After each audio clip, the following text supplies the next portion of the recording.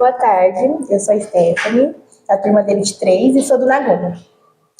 Boa tarde, eu sou a Dricaele, da turma D23 também, e eu sou da Avan. Olá, gente, boa tarde. Eu sou Bruna, docente do curso técnico em farmácia aqui no Senac de Guaratinguetá. A gente está com as nossas câmeras também, Pedro e Miguel, que também são da D23, da empresa Nagumo. E Bruna, a gente gostaria que você falasse um pouquinho da sua carreira aqui como professora no Senac. Primeiramente, queria agradecer vocês pela escolha, por estar presente aqui. Comecei aqui no Senac em 2022, comecei dando aula para o curso de atendente em farmácia, depois passei dando aula também para o curso de balconista em farmácia. Atualmente estou com a turma C24, onde eu ministro aulas para eles na parte da tarde, e é com muita satisfação que eu estou aqui desenvolvendo essas atividades e estou disponível hoje para participar desse momento com vocês. Assim, bacana. Eu gostaria que você falasse um pouquinho sobre a saúde e a droga no ambiente de trabalho. Sim, é um assunto bastante interessante, pessoal. É um assunto que a gente não pode deixar de tocar, sobretudo a respeito das drogas que são ilícitas, né? Que estão aí, como por exemplo o álcool, o cigarro, né? O café, né? O abuso do uso dos medicamentos, como por exemplo analgésicos, né? Então são temas que são extremamente relevantes, necessários, que passam muitas vezes batidos. Quando a gente fala em drogas, né, a gente pensa diretamente em drogas que são relacionadas com a entorpecência, né? Mas é importante a gente tocar também no aspecto das drogas lícitas, como por exemplo o álcool, né? A gente tem aí recente, pela Pesquisa Nacional de Saúde de 2019, que a gente tem um aumento aí de até 34% do público feminino utilizando álcool, né? Muito provavelmente impacto aí da pandemia. Então é algo que a gente precisa falar sobre isso, né? Por quê? Porque isso vai impactar diretamente nas atividades, uma vez que o álcool, ele cria um aspecto de dependência muito grande, sobretudo quando aquele paciente já tem uma tendência genética, né? Ou seja, sim, existe a questão da expressão genética e a possibilidade, a suscetibilidade daqueles indivíduos que têm maior tendência a utilizar o álcool. E aí, diante disso, a gente precisa ligar um alerta aí, que não é somente, né, drogas que são ilícitas, mas sim as lícitas, né, que são um grande risco aí para a sociedade. Muito obrigada. A gente vai vir com umas perguntinhas agora. Responde pra gente. Como o uso de drogas lícitas e ilícitas podem impactar a produtividade e o bem-estar dos funcionários? Bem, então, de trabalho. Tanto as drogas lícitas como ilícitas são substâncias que são psicomoduladoras. O que acontece?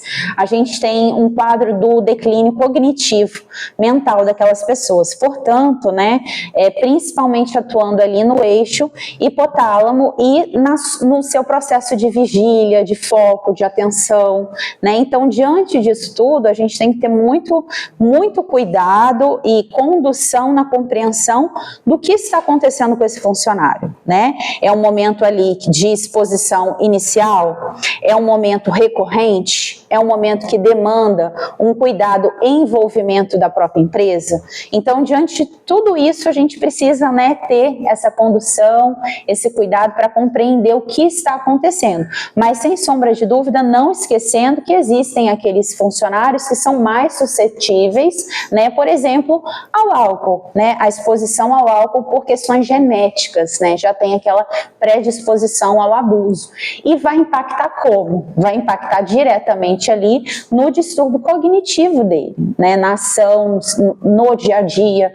Podemos colocar também o uso abusivo de anti-inflamatórios, né, que abalam diretamente a saúde do funcionário, principalmente levando o quê? A um afastamento. Né, aquele abuso daqueles medicamentos de forma recorrente pode levar sim a um afastamento, né, gerando crises renais, por exemplo, o abuso também de vários outros medicamentos, como nós temos tão famoso atualmente, aí, medicamentos que são hipoglicemiantes, né, injetáveis, o Victoza, está se falando muito, tratamento de obesidade, né, pessoal associando esses medicamentos à perda rápida de peso, mas não funciona desse jeito, a gente precisa ter uma condução e a acompanhamento médico, né? E diante disso, sim, entender qual a real necessidade daquele paciente, daquele funcionário.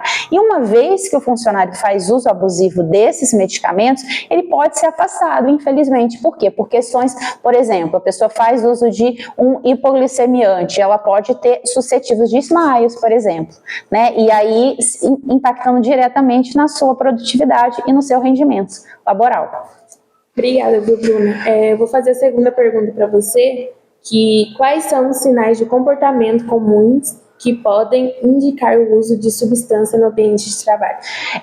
A primeira coisa que a gente costuma reparar é a mudança da rotina daquela pessoa.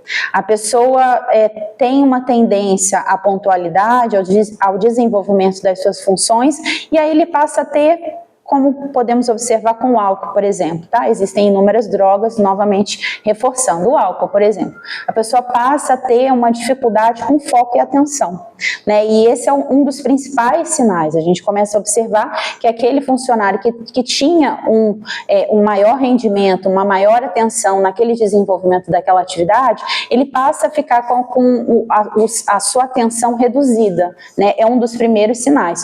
Outro sinal também é o impacto comportamental, psicocomportamental, né? Ele começa a ter ou uma introspecção ou, ao contrário, uma grande euforia com outros colegas de trabalho.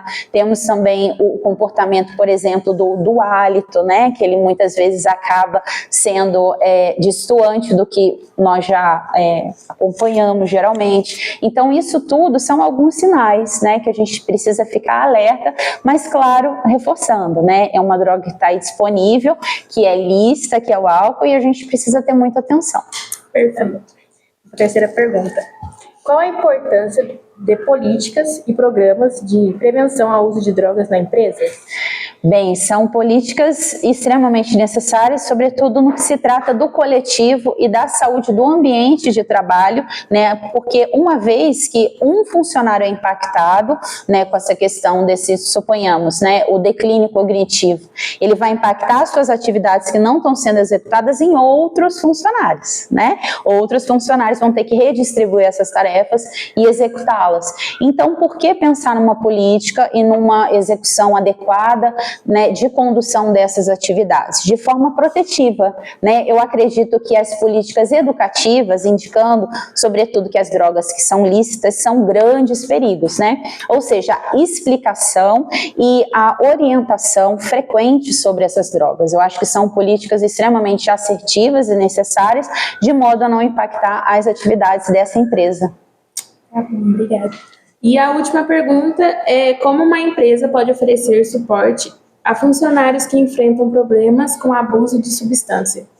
Bem, nesse momento de atenção e apoio, uma vez que o funcionário ele apresenta essa necessidade, não somente o funcionário, mas a família também é chamada para se compreender a real situação socioeconômica dessa pessoa e como é possível a intervenção.